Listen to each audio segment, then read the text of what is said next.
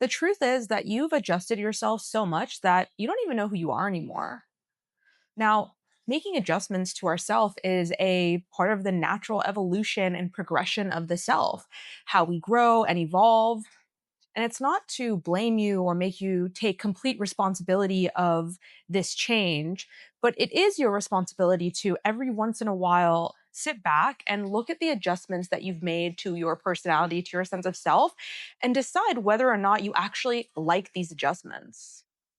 If there's something that you want to continue moving forward with, as we move through systems and relationships in our lives, we do change and evolve in order to belong in the world. And there's nothing wrong with that. We often talk about changing yourself to belong as being this like really unique experience, as this very negative thing to have. And it's just a part of human nature to want to belong to something bigger than ourselves. There's nothing wrong with that, but it is also a huge part of our job, of our responsibility to become more conscious of how we are moving through the world. And just have a question for you that's been on my mind personally. So I want to invite you to engage with this as well, if it feels comfortable for you.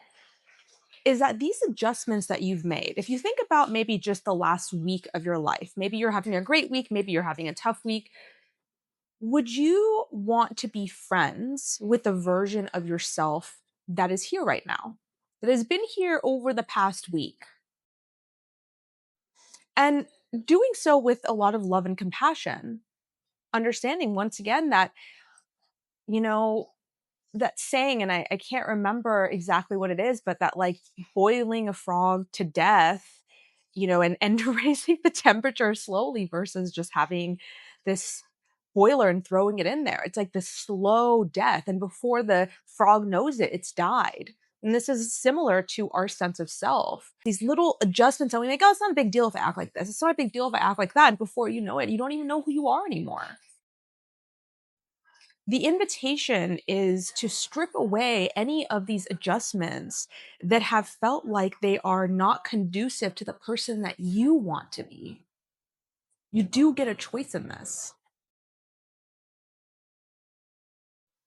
If you want to get really specific about where this is showing up in your life, if you want to contemplate the areas of the life of your life that this is coming through, you can look to where you have Jupiter and Leo. So where you have Leo in your chart, where you have Pluto and Aquarius in your chart. This is the opposition that can really show us right now where we have adjusted too much in a way that we don't like. And to bring back a sense of conscious choice, a lot of the adjustments that we make are an unconscious desire to belong. And so we don't even recognize that we're doing it. And a lot of this comes through in our dreams. This comes through in the somatic work that I do and that maybe you do. Things like automatic writing. These are where the messages come through that maybe our conscious mind resists because it feels too painful to our ego or sense of self. It would be too difficult to make this adjustment or to go backwards on this adjustment.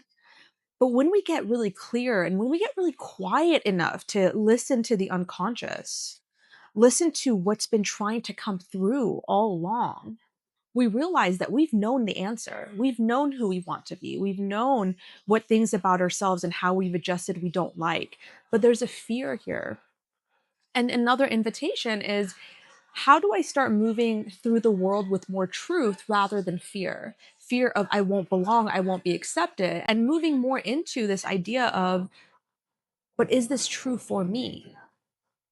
Is this the truth of who I want to be in this world, how I want to move through the world? I do believe that at our core, we are loving and kind. I really do. And that we really want the best for ourselves and others. And it's only through this unconscious day-to-day shaping that it gets thwarted and shaped and molded in these weird ways where it seems like we become these people that we don't recognize or even like.